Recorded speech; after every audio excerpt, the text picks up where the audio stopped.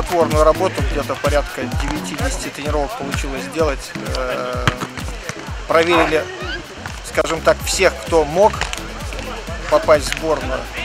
К сожалению, не все смогли, потому что все-таки у нас не профессиональный уровень, любительский, и поэтому многие с работой не смогли справиться, скажем так, отпустили шумы с работы, и поэтому не всех досчитались. Вот. Отобрали всех, кто сейчас сильнейший на данный момент, поэтому будем надеяться, что они не подведут и сыграют на максимум своей возможности. Ну, наверное, из тех, кто может на данный момент ехать, физическое состояние более-менее хорошее, травм нету, чисто что смогут игроки показать на таком высоком уровне, мы посмотрим уже на месте, но надеемся, что они справятся с поставленными задачами, выполнят установочку и мы покажем достойный результат. Ну, вот это все и говорит. Россия чемпиона мира, мы с ними играли, наверное, года 4 назад, 5, и они играют этим составом уже довольно-таки долго, поэтому они и наиграли такой хороший результат. Поляки, наверное, входят в десятку, 8 или 10 где-то так вот входят в рейтинг европейский. Постоянно играют в Евролиге, немцы тоже играют в Евролиге. Пока мы 24-й, но будем это исправлять.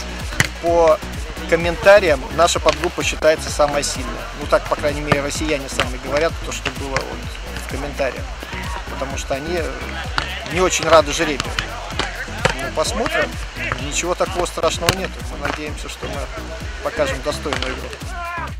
Ну, будем пытаться психологически настроить, чтобы был единый коллектив, и тогда мы сможем что-то показать. Потому что я думаю, что все психологически хорошо настроены, все хотят играть, рвутся в бой. Главное, чтобы не перегорели. И думаю, что команда, тренировки показывают, что команда уже сплачивается, они как единое целое.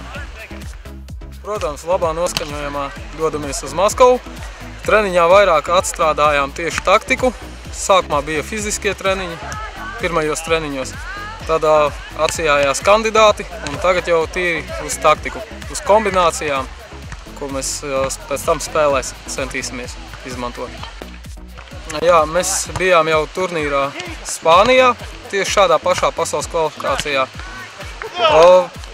Šoreiz mēs esam gatavojušies nopietnāk. Šoreiz mēs jau pirms tā turnīra sanāca pāris treniņi un aizbraucām.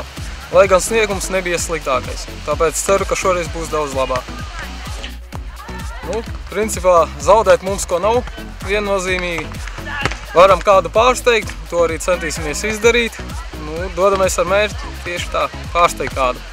Iziet no grupas.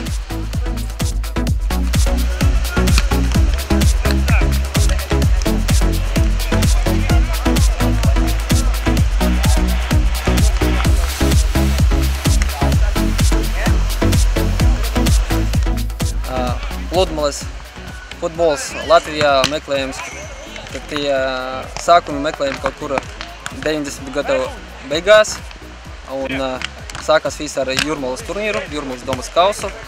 Tur turnīrus jau kārtējo gadu notiek un ir lielākais pasākums Pludmales futbola Latvijā, bet kas attiecas uz Latvijas pludmales futbola čempionātu, kas notiek pēc visiem starptautiskiem noteikumiem. Tas notiek jau, es nešaubos, 5-6 gadi. Un arvien tas kļūst populārāks. Šogad mums startēja 8 komandas, no tām 8 komandām arī labākie ir savākti izlasē. Es jums teikšu tā, ka čempionāts, mūsējais čempionāts, cik es pats ļoti daudz. No 2008. gadā es esmu Pludmales futbolā, un cik es pats daudz turnīru tiesājis. Nu, mums čempionāts nav no vājākiem, es teikšu tā kā varbūt desmitnieka Eiropā tas ir iekšā. Šobrīd, kā jūs redzat, ir atlasīti 12 spēlētāji no visām komandām, kas startēja Latvijas pludmales futbola čempionātā. Ir patiešām tie labākie, kas jau spēlē pludmales futbolu no pirmo gadu. Un ja 2008. un 2009. kad izlase mums piedalījies, tur bija tādi nejauši cilvēki, kas spēlē lielu futbolu vai telpu futbolu. Šeit ir patiešām cilvēki jau ar kādu pieredzi pludmales futbolu. Nu, tas turnīrs, kas notiks Maskavā, tas ir galvenais Eiropas čempionāts. Notiek reizes 2 gados. Tas ir arī kvalifikācijas pasaules čempionātu. Nākamajā gada tas pasaules čempionāts notiks Taiti salās. Kāpēc Maskavā? Nu, ļoti vienkārši, jo šobrīd Krievija ir pasaules čempioni. Viņi pēdējo gadu savāca visādus titulus, un arī viņi bija gatavi organizēt šo pasākumu, un tāpēc tā Maskava bija izvēlēta. Ja mēs runājam par dalībniekiem, startē 24 komandas, 24 Eiropas valstīs. Latvijas grupai pēc izlozes tika kopā ar Krieviju, kas ir pirmā vieta pēc reitingā. Polija, kas ir ietilpst kaut kur 6. vai 7. vai 8. pēc reitingā. Un Vācija, kas 11. reitingā, nu, sastāv diezgan solīds, bet cerams uz labiem panākumiem. Izmantojot iespējas, gribu, protams, pateikties Futbola federācijai.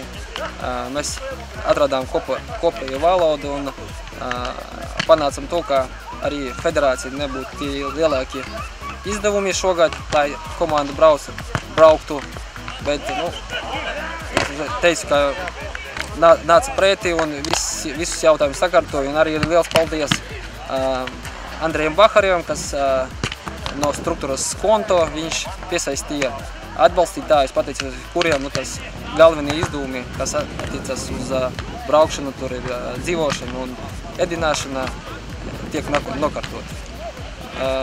Protams, lielu ieguldījumu šajā izlasē deva mūsu komiteja, kas tika izveidota aprīlī. Mēs panācam to, ka gan federācija, gan Baharevs, gan vispārējais iesaistītas personas apsēžās pie apaļā galda un aprunājas, vienojas par visām lietām. Un, nu, tagad mēs varam mierīgi teikt, ka nu, tas trenēšanas process izlase jau notiek 3 nedēļas, un nu, sagatavošanas process arī notiek. Viss ir gatavs, lai rīt izlase brauktu un godīgi pārstāvētu mūsu valsti.